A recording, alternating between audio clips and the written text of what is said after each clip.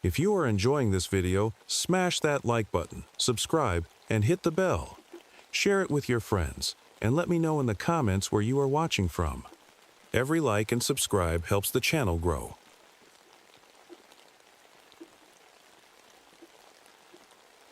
My name is Marcus Blackwood, and what I'm about to tell you happened to me in February 1965, a winter I'll never forget. I was 47 then, working as a ranger in the boundary waters of Minnesota. After serving in Vietnam, I thought I'd seen the worst of what life could throw at me. But I was wrong, so terribly wrong. That February was different from any other I'd experienced in my 15 years as a ranger. We called it the hunger moon, the time when winter tightens its grip and even the wolves grow desperate. The temperature had dropped to -30°F, making the lakes crack and groan like they were alive. Being part Native American, I grew up with stories of winter spirits and ancient curses, but I never truly believed them, not until that month. It started with a simple missing persons report. A family of 5 parents and 3 kids hadn't checked in at their cabin. Their car was found abandoned near the lake, frost coating the windows like spider webs. Nothing seemed disturbed inside. Their luggage was still there, along with snacks for the kids and a map marked with their planned hiking route. That first night, as I sat in my cabin filing the initial report, I heard it, a sound that made my blood freeze colder than the air outside. It wasn't quite a wolf's howl, but it wasn't human either. It echoed across the frozen lakes, bouncing off the ice and trees until it seemed to come from everywhere and nowhere at once. I tried to radio Bill, my partner stationed at the North Post, but all I got was static and what sounded like. Well, at the time, I could have sworn it was children giggling. Just thinking about it now makes my hands shake. The next morning, I started my search. I didn't know it then, but I was about to face something that had been waiting in these woods for 100 years. Something that would make me question everything I thought I knew about the world. Something hungry. Let me tell you what happened over those next few days. But I warn you, this isn't a story with a happy ending. Some nights, when the moon is full and the wind howls across the lakes, I still hear those sounds. And I remember, the first day of searching started normally enough. The snow was deep, and my boots made crunching sounds as I followed the family's likely path. I had done this dozens of times before. People often got lost in these woods, but we usually found them huddled in a cave or makeshift shelter.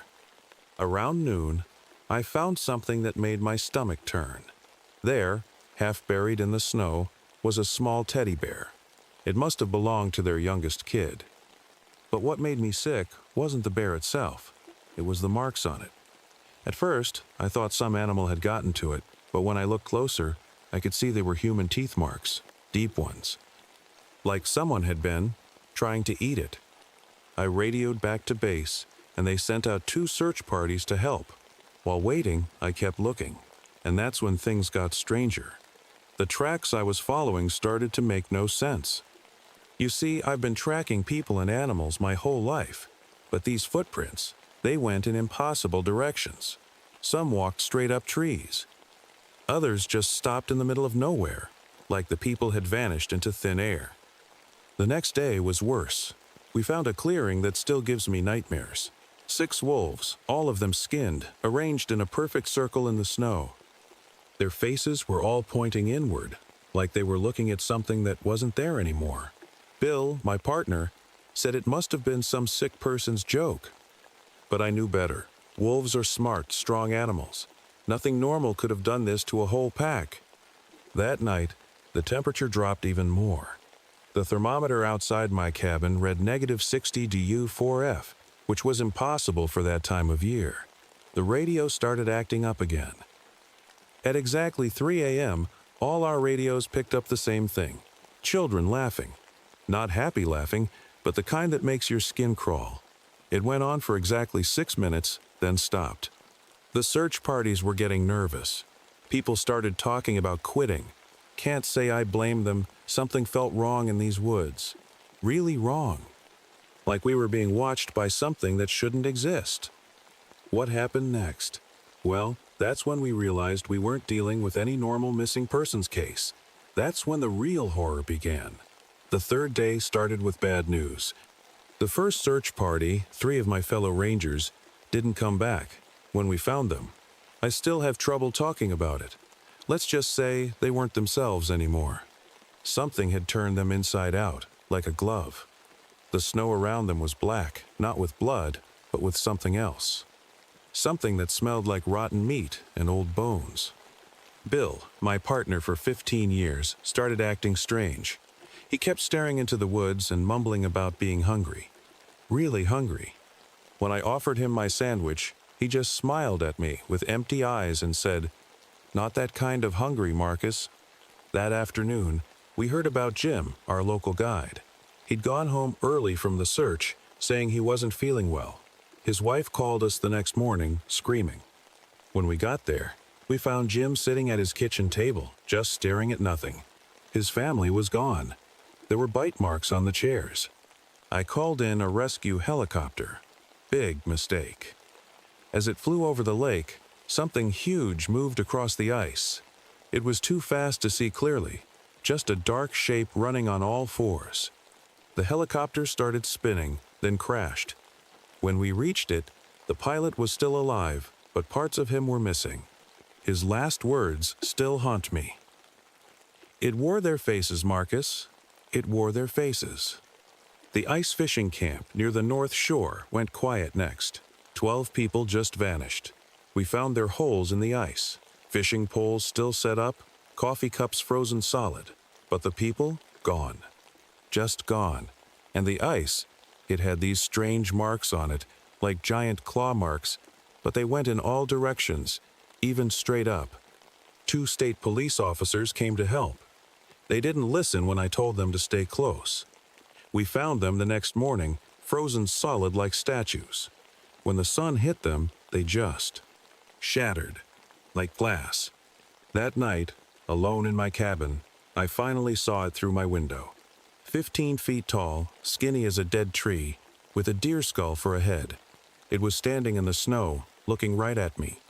And behind it, I saw shapes that looked like the missing family, walking on all fours, following it like puppies following their mother. I knew then what we were dealing with. The stories my grandfather told me as a kid weren't just stories. The Wendigo was real, and it was hungry. That night, I couldn't sleep. I dug through my old family papers, looking for my grandfather's journal. When I found it, everything started making horrible sense. Every 100 years, during the hunger moon, the Wendigo would wake up. My grandfather had faced it in 1865, but something went wrong with his ritual to stop it.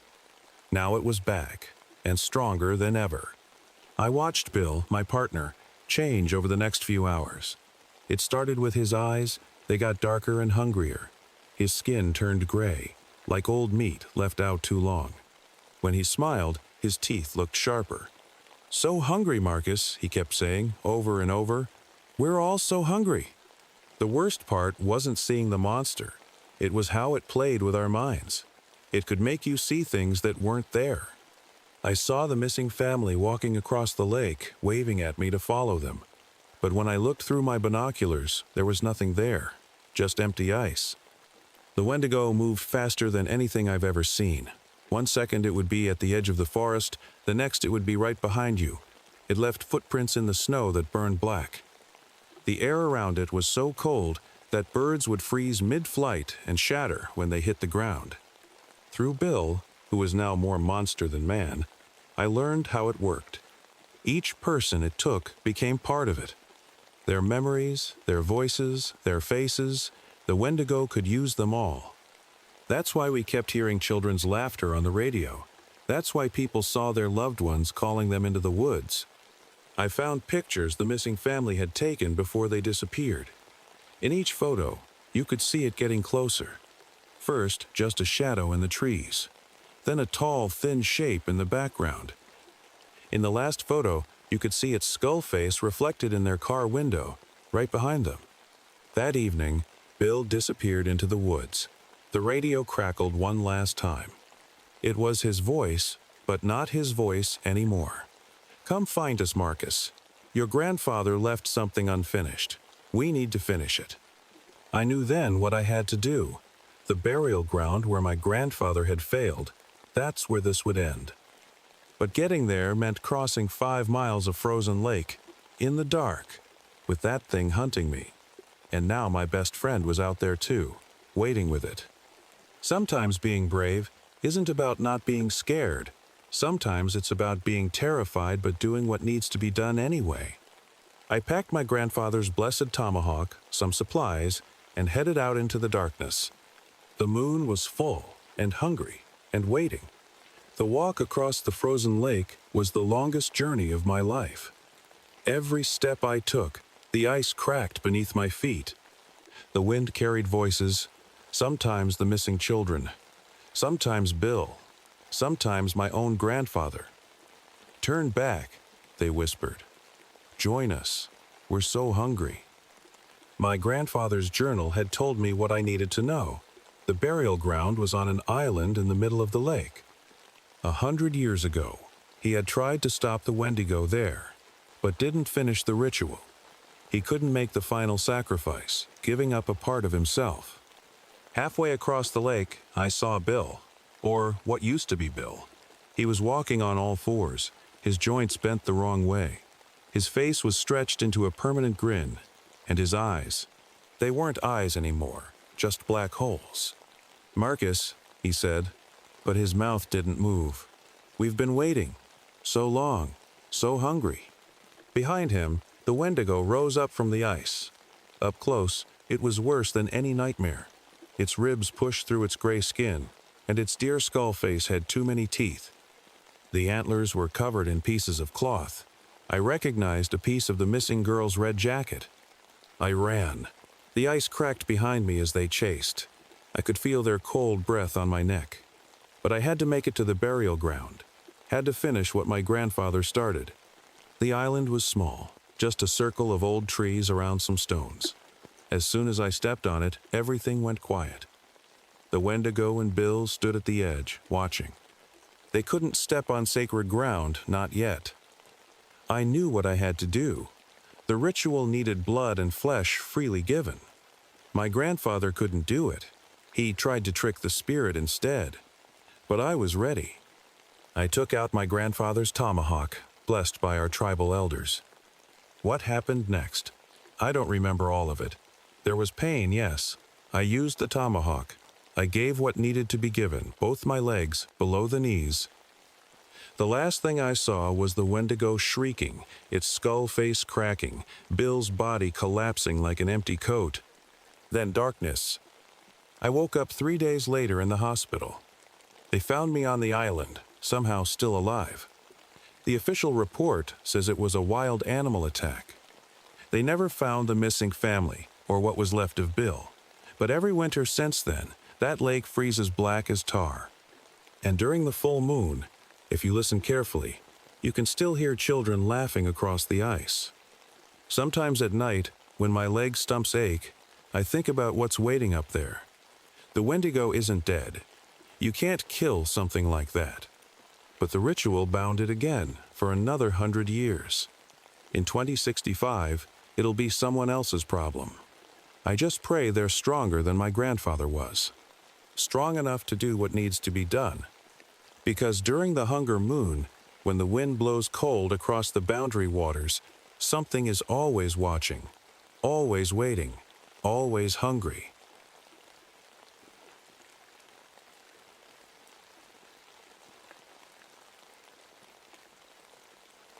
My name is Catherine Wells, and what I'm about to tell you happened to me back in 1973. I was 35 then, working as a park ranger at Mammoth Cave in Kentucky. I'd always loved caves, spent most of my life studying them as a geologist and exploring them as a spelunker. But nothing in my years of experience could have prepared me for what I discovered in that dark hollow. It all started after 3 days of heavy rain, the kind of rain that makes the rivers swell and the ground turn to mud. I remember that morning clearly. I was doing my usual rounds when Tom, one of our junior rangers, came running to me, completely out of breath. "Catherine! Catherine!" he shouted. "The flood! It's opened up something new in the cave system. Now, finding new cave openings wasn't unusual after heavy rains, but something in Tom's voice made my skin crawl. He seemed scared, and Tom wasn't the type to get scared easily. I grabbed my gear, helmet, flashlight, rope, and basic supplies, and followed him to the site. What we found was a massive opening in the rock face, like a giant mouth that hadn't been there before. Cold air rushed out of it, carrying a smell I'd never encountered in all my years of caving, something ancient and wrong. That's when I remembered the warnings. The local Native American tribes had always told stories about this area, about something they called the Long Dark. They said it was a place where people went in but never came out. We'd always dismissed these as just stories, legends to keep children from wandering into dangerous caves. How I wish we'd listened. The research team, 6 of them, had already gone in to investigate when I arrived. Dr. Martinez, their team leader, had radioed back about finding an underground lake with strange white creatures swimming in it. That was their last transmission. When they didn't come back after 8 hours, we knew something had gone terribly wrong. Little did I know, as I prepared to lead the search party, that I was about to uncover horrors that would haunt me for the rest of my life. Sometimes, in my darkest moments, I wish I'd never entered that cave.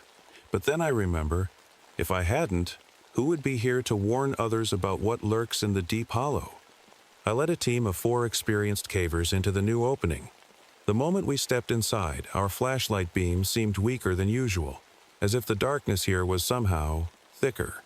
The walls were different too, not like the usual cave formations I'd seen hundreds of times before. They were smooth in some places, with strange markings that looked too regular to be natural. "Look at this," whispered Sarah, our team photographer, pointing her light at the wall. What we saw made us all stop breathing for a moment. Cave paintings, but unlike any I'd ever seen. They showed human figures, but something was wrong with them. In each following picture, the humans looked less and less human, their backs more hunched, their arms longer, their eyes bigger. As we went deeper into the cave, the air got colder and damper. That's when we heard it, a sound that still haunts my dreams. Somewhere in the darkness ahead, we could hear what sounded like babies crying. But we were at least a mile underground. There couldn't be babies here, could there? "Maybe it's just the wind," Mike suggested, but his voice was shaking. We all knew it wasn't the wind. We found the underground lake about 2 hours in. The water was crystal clear, but something about it felt wrong. Small white fish with no eyes swam near the surface. As our light swept across the water, I saw something large move in the depths, something that definitely wasn't a fish. Then we found the first sign of the missing research team, a notebook, its pages filled with increasingly panicked entries. The last one read, "They're watching us. They can see in the dark. God help us, they're not alone down here." Jenny, our medical expert, noticed it first. When we turned off our lights to rest, she could see better than the rest of us. Her eyes had become more sensitive to light, painfully so. She had to wear sunglasses even in the dim cave light. The same thing had happened to the missing researchers, according to their notes. But what really terrified me was what we found next, a massive chamber filled with bones, human bones. They were arranged in patterns, like some kind of ritual site. Some of the skulls were different, not quite human, not quite animal, something in between. I knew right then we had to get out, but as we turned to leave, we heard something moving in the darkness behind us. Many somethings, and they were getting closer. The real horror was just beginning. The sounds got closer, and that's when we first saw them. Our flashlights caught glimpses of pale, human-like figures moving in the darkness. They were tall, taller than any person I'd ever seen, with skin as white as paper. Their eyes were huge, completely black, and they moved in a way that wasn't quite human. "Run!" I screamed, but it was too late. They surrounded us faster than I thought possible. I counted at least 20 of them. But the scariest part wasn't how they looked, it was how they communicated. Without opening their mouths, they could put thoughts directly into our heads. Horrible, ancient thoughts in a language I somehow understood. That's when we found what happened to the missing research team. Two of them were still alive, sort of. They were in a side chamber, their skin already turning pale, their eyes growing larger. They didn't recognize us anymore. They just stared with those changed eyes and tried to speak in that same telepathic way. Mike panicked and ran. I still hear his screams sometimes. The creatures moved like a swarm, like they were all controlled by one mind. Within seconds, they had him. We never saw him again. The military arrived the next day. Someone must have called them. 20 heavily armed soldiers entered the cave. I tried to warn them, to tell them bullets wouldn't work against these things. 3 hours later, we heard the screams. Only 2 soldiers made back out, and they were already changing, their eyes growing bigger, their skin getting paler. The worst part was watching what happened to Jenny, my closest friend on the team. The creatures didn't kill her. They did something worse. Over just a few hours, I watched her become one of them. Her mind joined their hive, and the person I knew disappeared completely. Then the reports started coming in from the nearby town. Children were going missing, always at night, always the ones who lived closest to the cave entrance. We found some of the local cavers who tried to help, or what was left of them. The creatures had fed on them. I knew then that these things weren't just some new species. They were something ancient, something that had been down there longer than humans had walked the earth. And now that we'd found them, they were ready to take back what they thought was theirs. But nothing could have prepared me for what I discovered next in the deepest part of the cave. In the deepest part of the cave, I found something that made my blood run cold. There was a huge chamber, like an underground cathedral, filled with what looked like giant eggs. But what terrified me most was seeing several human women there, their bodies changing, carrying what could only be hybrid babies. That's when I understood. The creatures weren't just killing people, they were trying to create a new species. I felt sick when I recognized one of the women, Dr. Martinez from the original research team. Her eyes were already completely black, her skin nearly transparent. She reached out to me, and suddenly my head was filled with visions of their plan. They wanted to spread, to come up to our world, to change all of us into them. Just then, my radio crackled to life. The government had made their decision.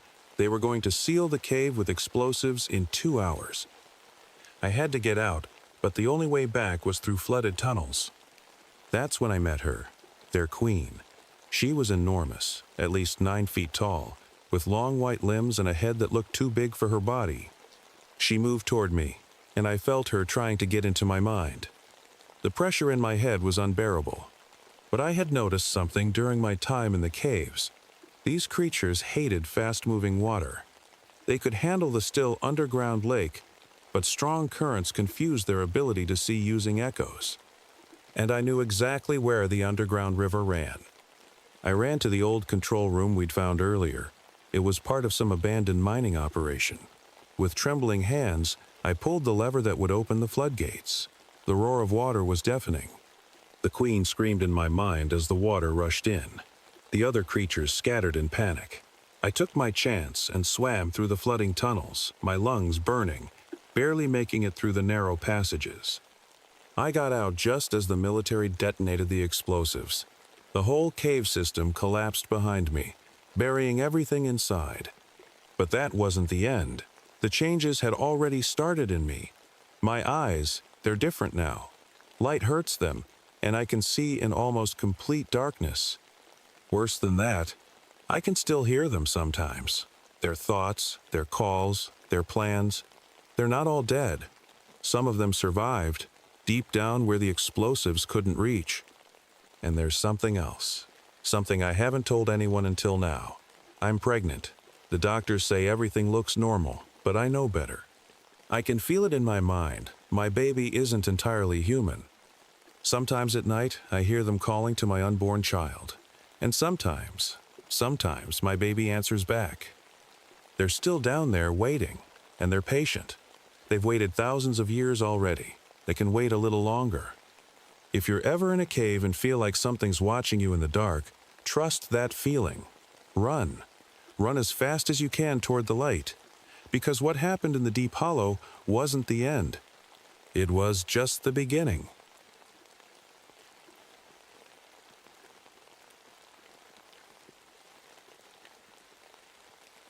My name is Michael Hawthorne, and this happened to me back in 1988 when I was working as a ranger in Olympic National Forest, Washington.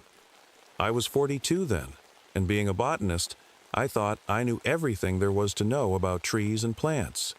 Boy, was I wrong. Let me tell you about something that changed my life forever. Something so terrifying that even now, after all these years, I sometimes wake up in cold sweats, hearing the whispers of trees in my head. It all started on a chilly October morning. The forest was different that day. You know how sometimes you walk into a room and can just feel something's not right? That's how the whole forest felt. I was doing my usual rounds, checking on some reports of strange black sap oozing from some of our oldest trees. The kind of trees that have been around since before your grandparents' were born.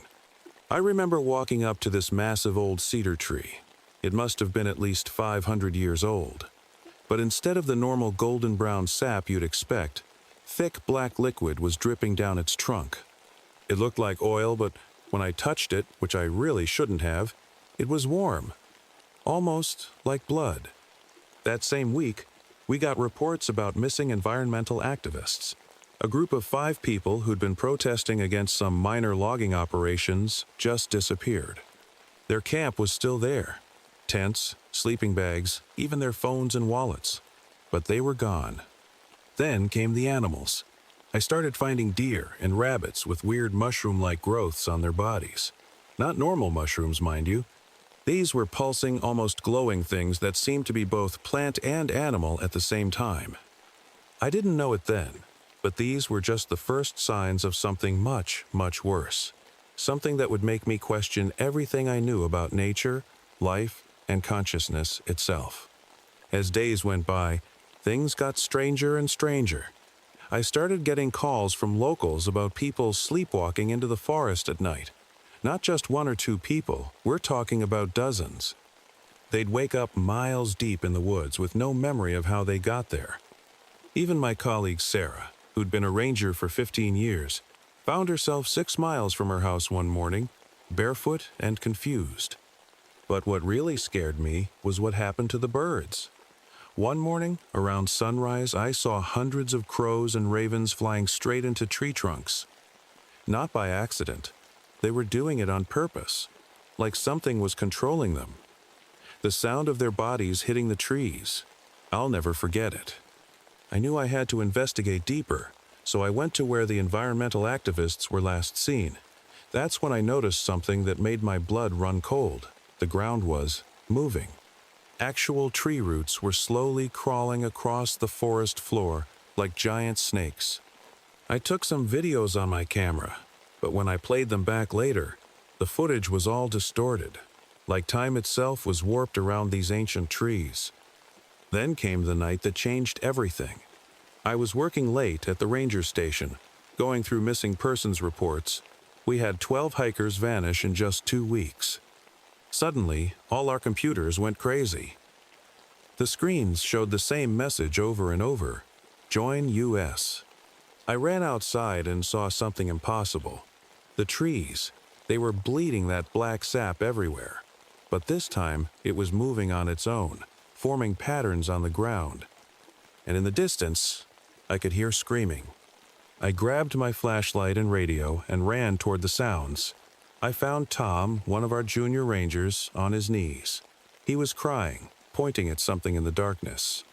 When I shone my light where he was pointing, I saw them, the missing activists. But they weren't exactly missing anymore. They were. They were standing perfectly still, their feet buried in the ground, roots growing up their legs, their eyes wide open but completely empty. I tried to reach them, to help them, but Tom grabbed my arm. "Don't," he whispered. "They're not human anymore. Look at their faces." He was right. Their skin had turned a greenish gray, and tiny mushrooms were growing from their cheeks and foreheads. But the worst part? They were smiling. All of them. The same empty, horrible smile. I grabbed my radio to call for backup, but all I could hear was a strange humming sound and whispers. Whispers that seemed to come from the trees themselves. That's when I realized we weren't dealing with some kind of disease or parasite. No, this was something much worse. The forest itself was alive, really alive, and it was hungry for more than just sunlight and water. I rushed back to the ranger station to call for help, but things only got worse. The trees, they were doing something I'd never seen before. Their branches were moving without any wind, reaching down like giant hands. That's when our rescue helicopter arrived. I'll never forget what happened next. The helicopter was just about to land when suddenly dozens of branches shot up into the air like spears. They wrapped around the helicopter like octopus tentacles. The pilot tried to pull away, but it was too late. The branches pulled the helicopter right into the forest canopy.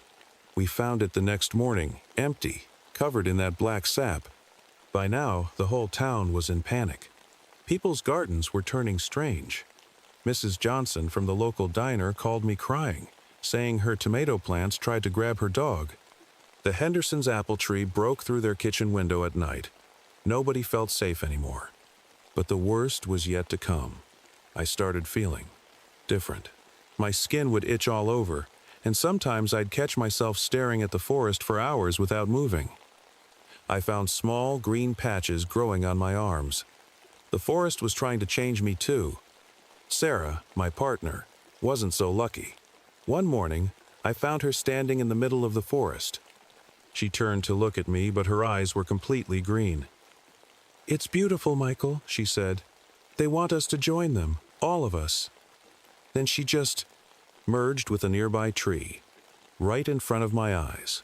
Her skin turned bark, her hair to leaves. I knew then what I had to do. The source of all this had to be that ancient grove where we first found the black sap. But every time I tried to get near it, time went weird. Sometimes I'd walk for hours only to find myself back where I started. Sometimes 5 minutes would feel like 5 days. The forest was playing with us, and it was winning. I knew I had to act fast. My own body was slowly changing, those green patches were spreading, and sometimes I could hear the trees thinking. Their thoughts weren't like ours. They were ancient, patient, and hungry. They wanted to turn everything into part of their consciousness. One night, while looking through old forest records, I found something interesting. Every 50 years, there were reports of similar strange events, but they always stopped after lightning struck the oldest part of the forest. That's when it hit me. Fire might be our only hope. But getting to the heart of the forest wasn't easy. The trees knew what I was planning. They sent their infected animals after me. Deer with glowing fungus eyes. Bears covered in moving vines. I had to be careful. I filled my backpack with flares, matches, and a can of gasoline. The journey to the center took hours. Time kept jumping around. 1 minute the sun was up, the next it was pitch dark. My radio only played the sound of whispering leaves. The black sap was everywhere now, forming puddles that tried to grab my boots. Then I saw it, the heart tree. It was massive, ancient, and completely covered in pulsing black growths. Around it were all the missing people, half tree, half human, swaying like branches in a wind that wasn't there. And there was Sarah, now completely transformed, standing guard like a wooden sentinel. "Michael," Sarah's voice came from her tree-like form. "Stop fighting it. The change is beautiful. We'll live forever as part of something greater." My arms were almost completely green now. I could feel roots trying to grow from my feet into the ground. But I still had control of my mind. I knew what I had to do. I looked up at the sky. A storm was coming.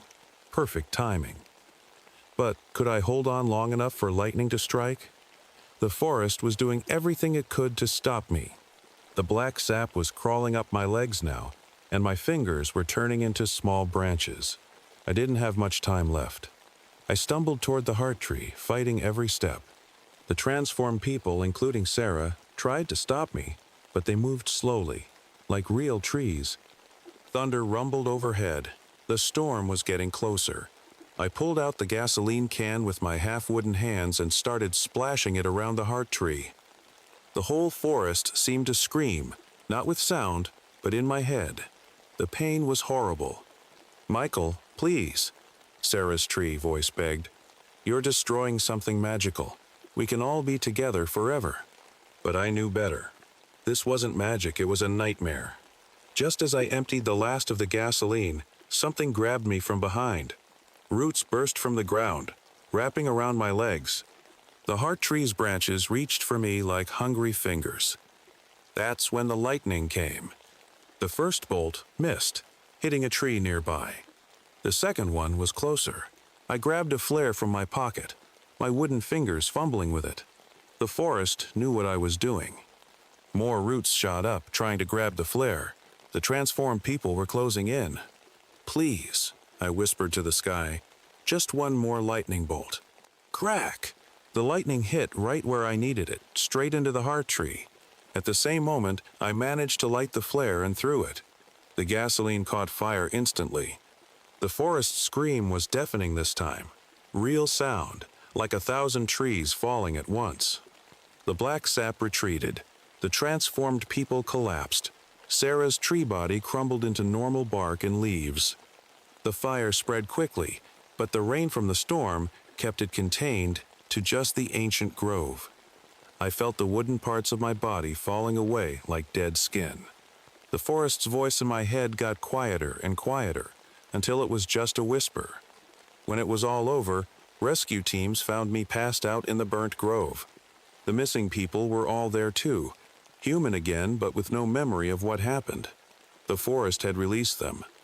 That was 37 years ago, but the story doesn't quite end there. The government quarantined that part of Olympic National Forest. They said it was because of environmental concerns, but I know the real reason.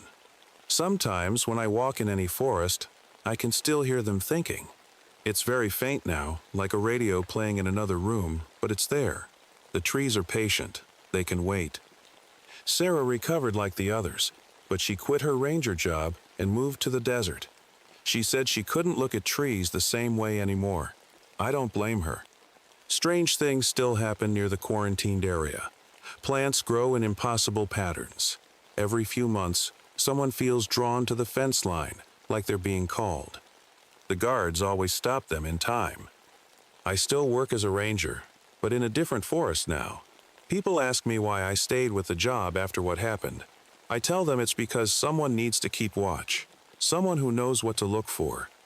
Last week, I found a small patch of black sap on a tree near my new station. I burned it immediately. The forest might have lost that battle, but I know it's still out there, waiting, growing, planning. So if you're ever hiking and see black sap on trees, or feel like the forest is watching you, or hear whispers in your head that sound like rustling leaves, don't ignore it. Don't touch anything. Just run. Because the forest, it remembers, and it's still hungry.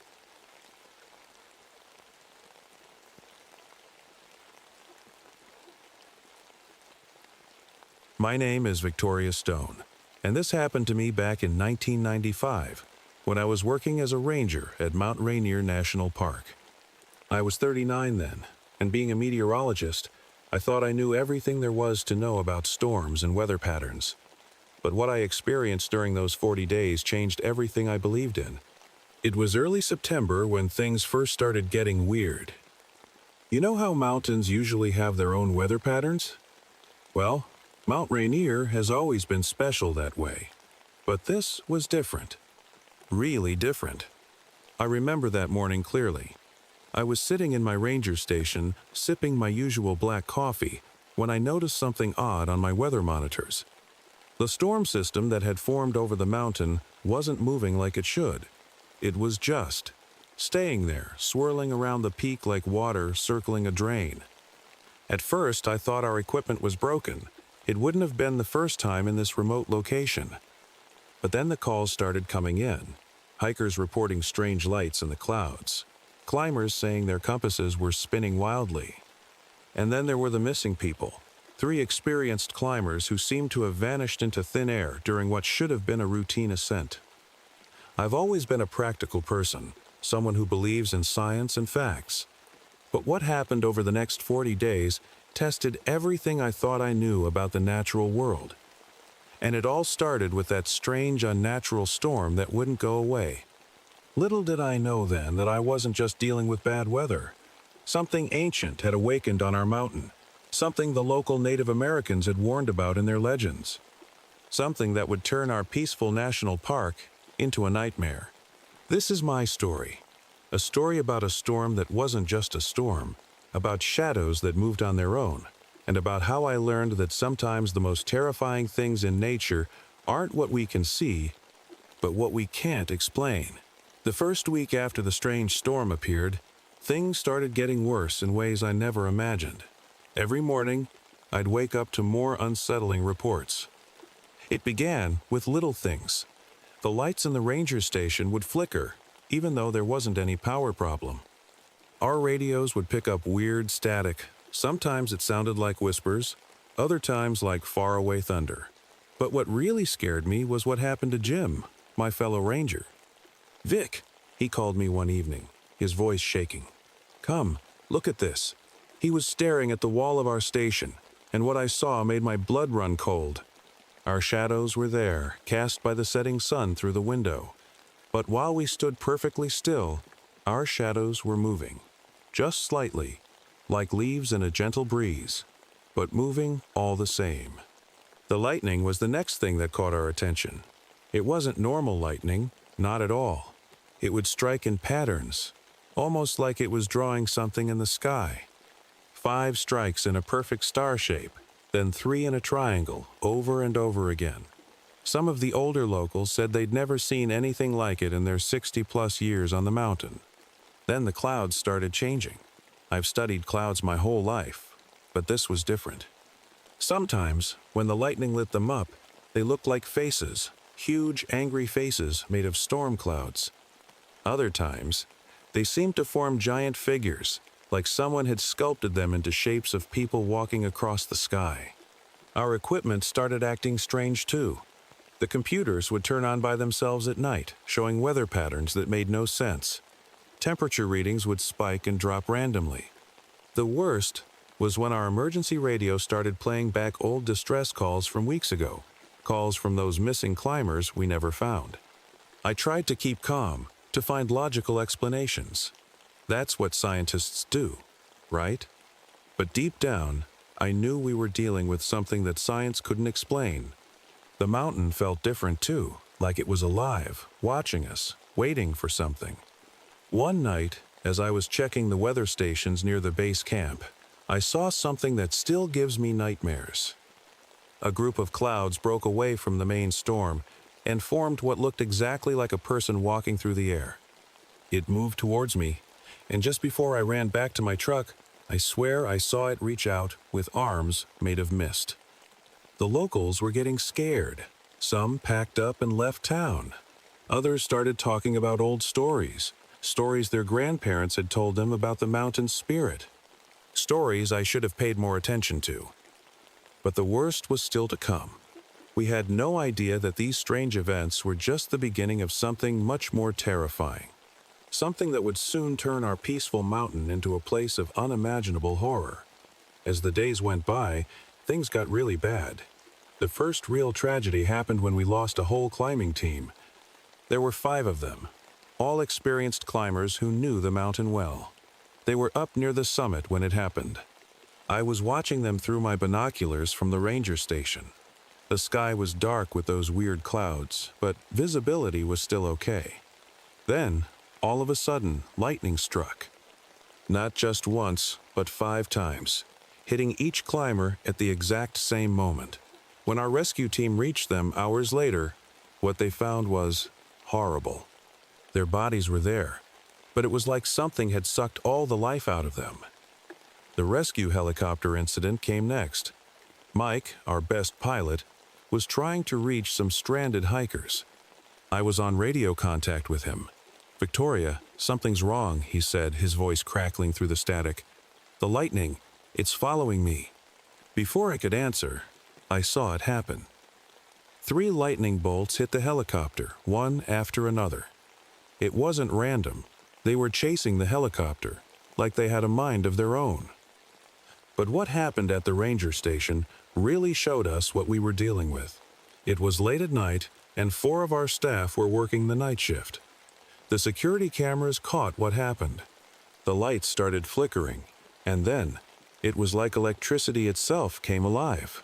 Blue sparks jumped from person to person, and in seconds they just disappeared.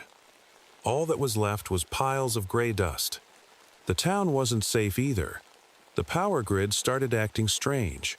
Streetlights would explode when people walked under them. TVs would turn on by themselves, showing nothing but static and weird shapes. 3 people got electrocuted just trying to use their microwave ovens. I knew we had to do something. People were dying, and whatever this thing was, it was getting stronger. That's when I remembered something an old Native American man had told me years ago about the mountain having a spirit, a powerful being that could control the storms.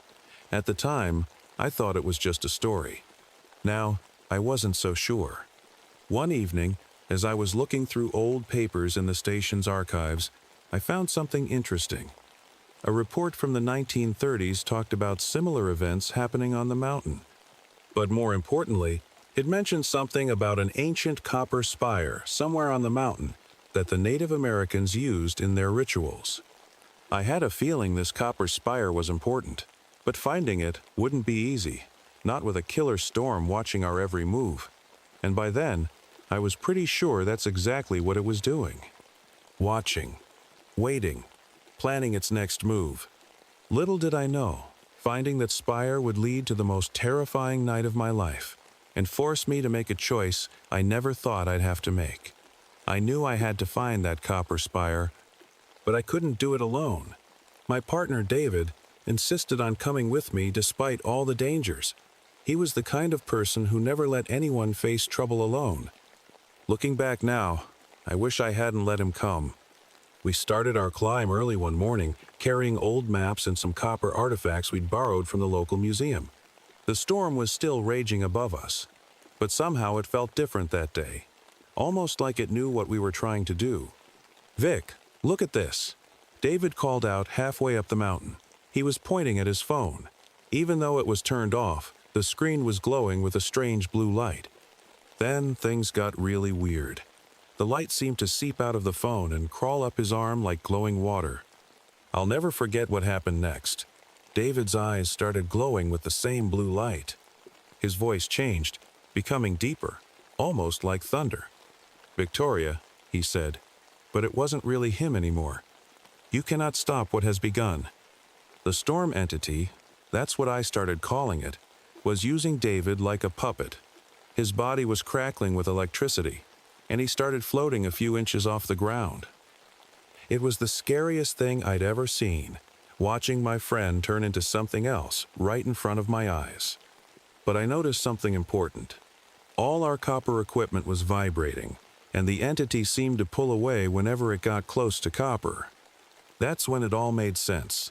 The ancient copper spire wasn't just a religious object, it was a weapon against this thing. Through David, the entity spoke again. "This mountain has been mine for thousands of years.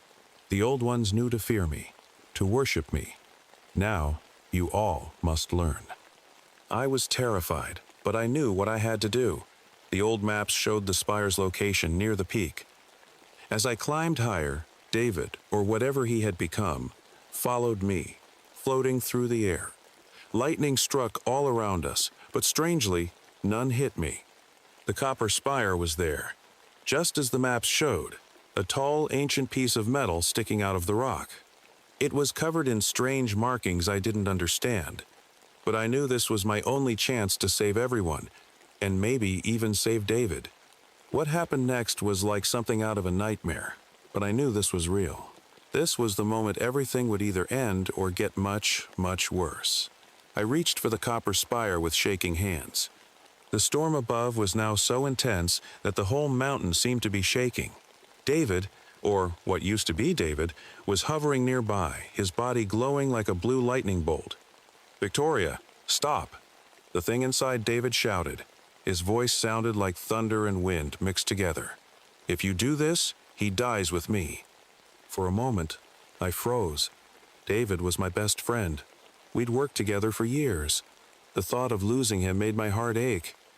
But then I remembered all the people who had died, and I knew what David would want me to do. I grabbed the copper spire with both hands. The moment I touched it, everything went crazy. Lightning started striking the spire over and over.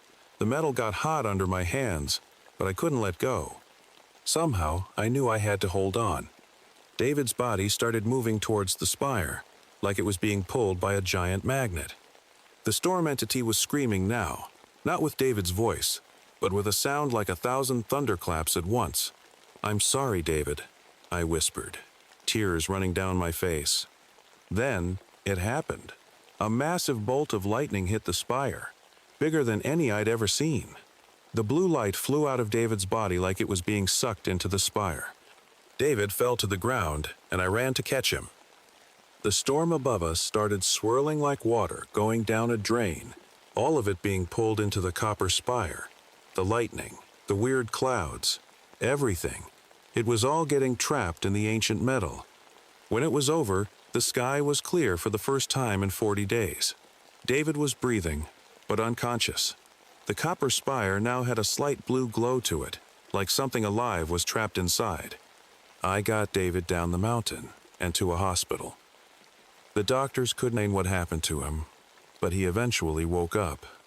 He was different after that. He could sense when storms were coming, just like I could now. Sometimes his eyes would still glow a little blue when lightning struck nearby. The mountain changed too. Computers and phones still don't work right near the peak. On stormy nights, people sometimes see strange blue lights dancing around the summit.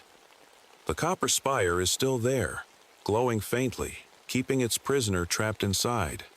Every now and then, when big storms come, I go up to check on the spire. Sometimes I think I hear whispers in the wind, or see shapes in the clouds. But the entity never broke free again. The mountain has new stories now, stories about the ranger who fought the storm and won. But only David and I know what really happened up there, and how close we came to losing everything.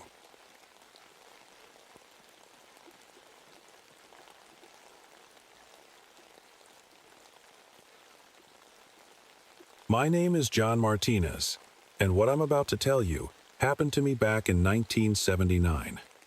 I was 45 then, working as a wildlife ranger at Everglades National Park in Florida. You know, life was simple before that summer. I'd spend my days checking on the animals, helping lost tourists, and making sure everything in my part of the swamp was running smoothly. That year, we had the worst drought I'd ever seen. The water levels dropped so low that things hidden beneath the murky waters for hundreds of years started showing up. That's when all our troubles began. One morning, while patrolling in my airboat, I spotted something strange sticking out of the dried-up marsh, what looked like old wooden posts and stone markers. Little did I know this was an ancient burial ground, and according to the local tribe members who later visited, it should have stayed underwater. I remember clear water, one of the tribal elders, grabbing my arm and warning me about the nightwalkers. At first, I thought it was just an old legend, you know. But his eyes, they held real fear. He told me these waters had kept something locked away for centuries, and now the drought had broken that seal. I didn't take it too seriously then. I mean, I was a practical man who dealt with real things: alligators, snakes, and lost tourists. But when 3 tourists in an airboat went missing that same week, something felt different. It wasn't like our usual missing persons cases. And then those strange lights started appearing in the swamp after sunset. Not like flashlights or boat lights, but something else entirely. They moved in ways that just weren't natural. I wish I had listened to Clearwater's warning that day. What happened next changed everything I thought I knew about our world, and even time itself. But I should probably start from the beginning, when the real horror started unfolding in our quiet corner of the Everglades. It started with the animals. As a ranger, I know how animals normally behave. But what I saw that week was different, terrifyingly different. I found a deer one morning, and at first glance it looked fine, just standing there. But when I got closer, I realized something was horribly wrong. Its insides were somehow on the outside, yet it was still alive, just staring at me with those empty eyes. I still can't explain how that was possible. Then the water started changing. During the day, it was normal, just regular swamp water. But at night, it turned black. Not dark blue or muddy brown, but pitch black, like ink. My flashlight couldn't even penetrate it. Other rangers saw it too, so I knew I wasn't imagining things. But what really got to me were the burial mounds we'd discovered. Anyone who spent too much time near them started aging. And I mean really aging, right before our eyes. Bob, one of our youngest rangers, went to check on the mounds one afternoon. When he came back just 2 hours later, his hair had gone completely gray, and his face looked like he'd aged 20 years. Time itself seemed to go crazy after sunset. Sometimes, a 30-minute patrol would feel like hours, and my watch would show that 5 hours had passed. Other times, I'd spend what felt like hours out there, only to return and find that just minutes had ticked by. The worst part was this strange, slimy stuff that started forming in the water. It looked alive somehow, pulsing and growing. We took samples to study it, but the scientists at our research station couldn't figure out what it was. They said its cellular structure kept changing while they were looking at it under the microscope. People started whispering about strange things they'd seen, shadows that moved against the wind, reflections in the water that didn't match what was above, and eerie sounds that seemed to come from everywhere and nowhere at once. I tried to keep everything normal, to find logical explanations, but deep down, I knew we were dealing with something that went beyond anything I'd encountered in my 20 years as a ranger. The Everglades was keeping a secret, something dark and ancient, and that drought had finally exposed it. The truth about what we were dealing with came to light in the worst possible way. After weeks of strange events, we finally understood these weren't just random occurrences. We were facing something that didn't belong in our world. They were like parasites, but not the normal kind you learn about in science class. These things could bend time itself, like playing with clay. I first realized this when I saw one of them. It looked like a shadow at first, but darker than any shadow should be, with edges that seemed to ripple like water. When it moved, everything around it seemed to slow down or speed up. Birds would freeze mid-flight, then suddenly zip forward like someone had pressed fast forward on a videotape. These creatures, I don't even know if we can call them that, were older than anything on Earth. They lived between moments of time, if that makes any sense. They could create copies of things and people, but these copies weren't quite right. I once saw 3 versions of the same tree existing in the same spot, each one from a different time, one alive, one dead, and one just beginning to grow. What made it worse was how they fed. They didn't eat like normal animals. Instead, they seemed to drain the life force from things, leaving behind empty shells that were somehow still alive. It was like they were eating time itself from their victims. The local tribe's elders told me these beings had been trapped beneath the waters of the Everglades for thousands of years. The water somehow kept them contained, but now, with the drought, they were free to feed again. They could slip between different times as easily as we walk through a door. I watched as they began affecting larger areas of the swamp.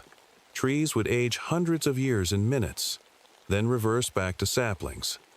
Animals would appear and disappear, sometimes showing up in multiple places at once. The air itself felt wrong, like time was bending and twisting around us. We tried to document everything, to understand what we were dealing with. But how do you fight something that can step outside of time itself? Every time we thought we had a plan, these things would already know about it, because they'd already seen it happen in another timeline. The deaths started happening one after another, each one more horrible than the last. I still have nightmares about them. The first group was a family of tourists, mom, dad, and 2 teenagers.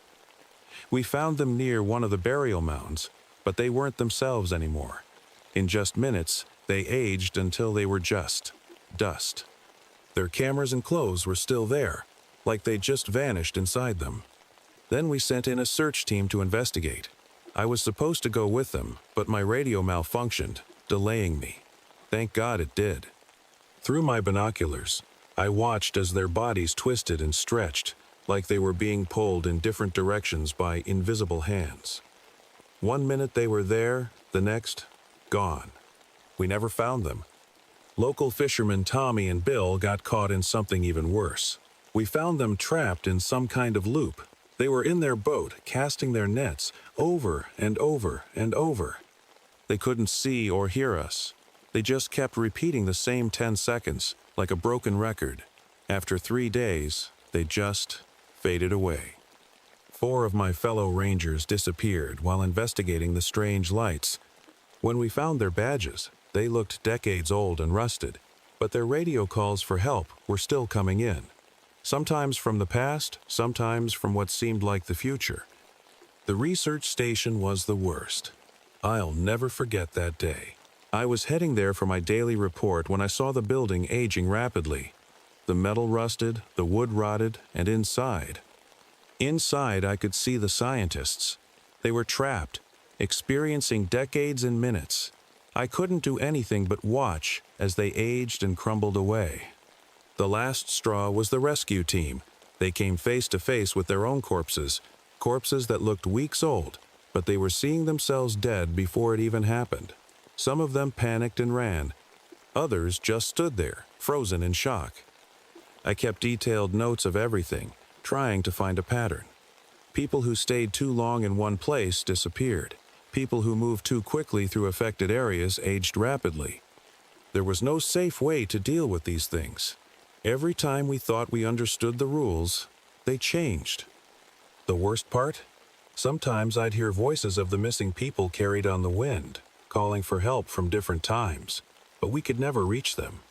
I finally discovered what had to be done when I found an old journal hidden in Clearwater's village. It showed me that at the center of all this chaos was something like a rip in time, a place where all these horrors were leaking through. It was right there, under the biggest burial mound. My partner Mike and I decided to try and close this tier, but as we got closer to the mound, something terrible happened to Mike. 1 second he was next to me. The next he was split into 3 versions of himself. One was an old man, one was his normal self, and one was him as a young ranger. All 3 were real. All 3 were Mike, and all 3 were terrified.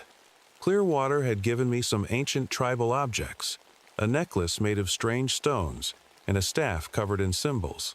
He said these items were made by his ancestors to fight these creatures. When I held them near the tier, they started humming and glowing with a blue light. I knew what I had to do, but it would cost me dearly. According to the journal, sealing the tier required a sacrifice, not of life, but of time itself. Someone had to give up years of their life to close it.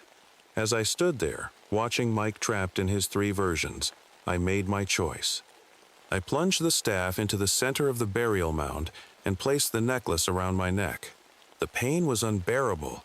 It felt like my whole life was being pulled out of me. I could feel myself aging and getting younger. Over and over, I saw my past, my future, everything all at once. I screamed until my voice gave out, but I held on.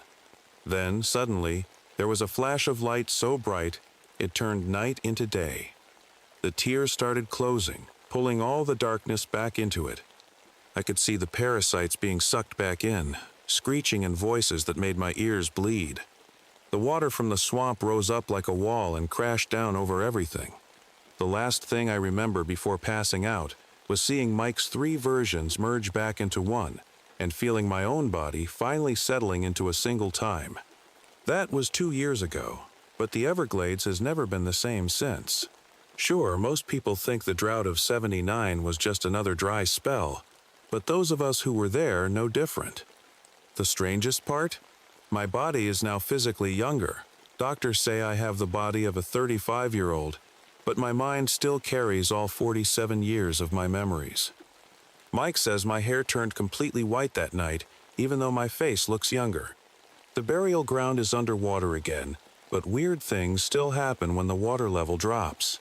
Sometimes you'll see the same bird flying in 3 different directions at once. Fish swim backwards in time, appearing younger as they move upstream. And every now and then during really quiet nights, you can hear voices from people who disappeared back then, echoing across the water. We still lose people during droughts. They just vanish, not many, maybe 1 or 2 a year. The official reports say they got lost or drowned, but I know better. Those parasites, they're still there, just waiting beneath the water. The tier might be sealed, but it's like trying to hold back the ocean with a dam. Small leaks always find their way through. I've tried telling this story before, but most people think I'm crazy, or that the swamp heat got to me. Mike backs me up, but he doesn't like talking about his experience of being split into 3 people. Can't blame him. Some nights he still wakes up remembering what it felt like to be young, middle-aged, and old all at once. Clear water visits me sometimes. He says I'm now connected to this place in ways I don't yet understand. He might be right. I can feel when something's wrong in the swamp now, like a sixth sense. The necklace he gave me that night? I still wear it. It feels warm whenever I get too close to spots where time isn't quite right. So if you're ever in the Everglades, and you see strange lights in the swamp or feel like time isn't moving quite right, don't investigate. Just turn around and leave.